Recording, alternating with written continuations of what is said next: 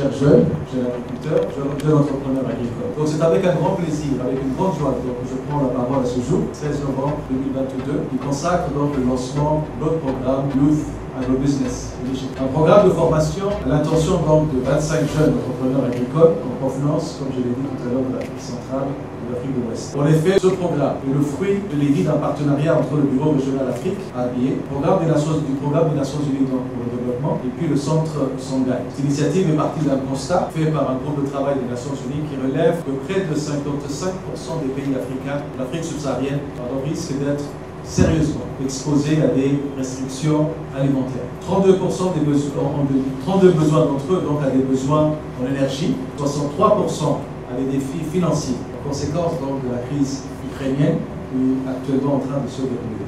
Donc avec son corollaire de crise alimentaire, énergétique et financière auxquelles viennent s'ajouter les effets du changement climatique et la Covid-2019 donc qui ont plombé les économies africaines. Donc, face à ce constat, l'ensemble des organisations de développement se sont donc interpellées et tentent de rechercher des réponses appropriées à ces nouveaux défis. En ce qui concerne le PNUD, les solutions proposées passent donc par la régénération des écosystèmes, la stabilisation politique et la relance des économies, sans oublier donc l'emploi des jeunes, qui est une préoccupation de premier ordre en Afrique.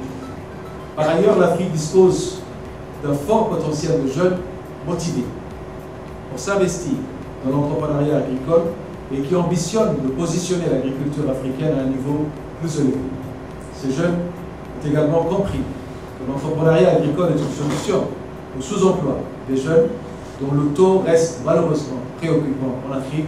60% de la population est à la recherche d'un emploi. C'est fort donc de cet état des lieux que le bureau régional, le bureau Afrique du PNUD, initie donc avec le centre Songhai, le Youth Agro-Business Initiative.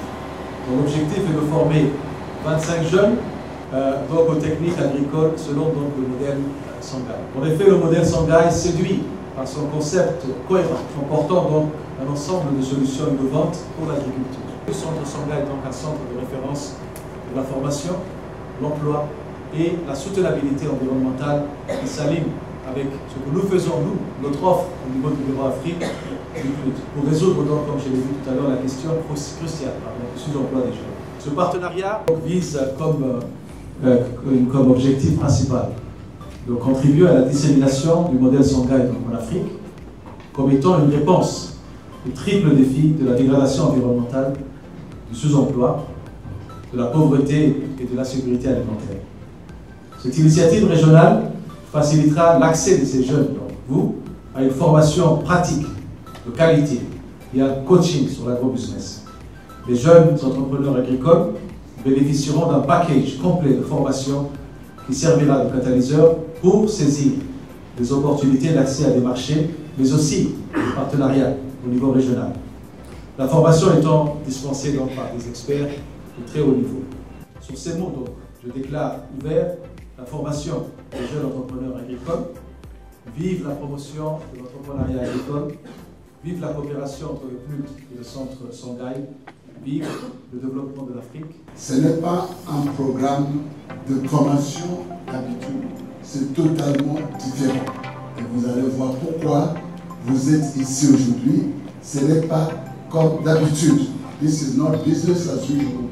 This is a very serious program. Vous serez équipé techniquement, culturellement, mais aussi, un parti du projet, c'est vraiment le piste d'atterrissage, c'est vos villages, vos pays, et tout ça.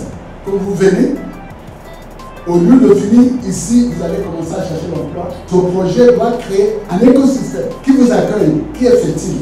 Mais aussi en même temps, l'écosystème, le terrain fertile, écosystème qui est régénératrice et qui vous accueille pour que ce projet soit vraiment réalisé et que demain, on crée l'emploi, on crée la richesse et l'Afrique décore. Merci beaucoup.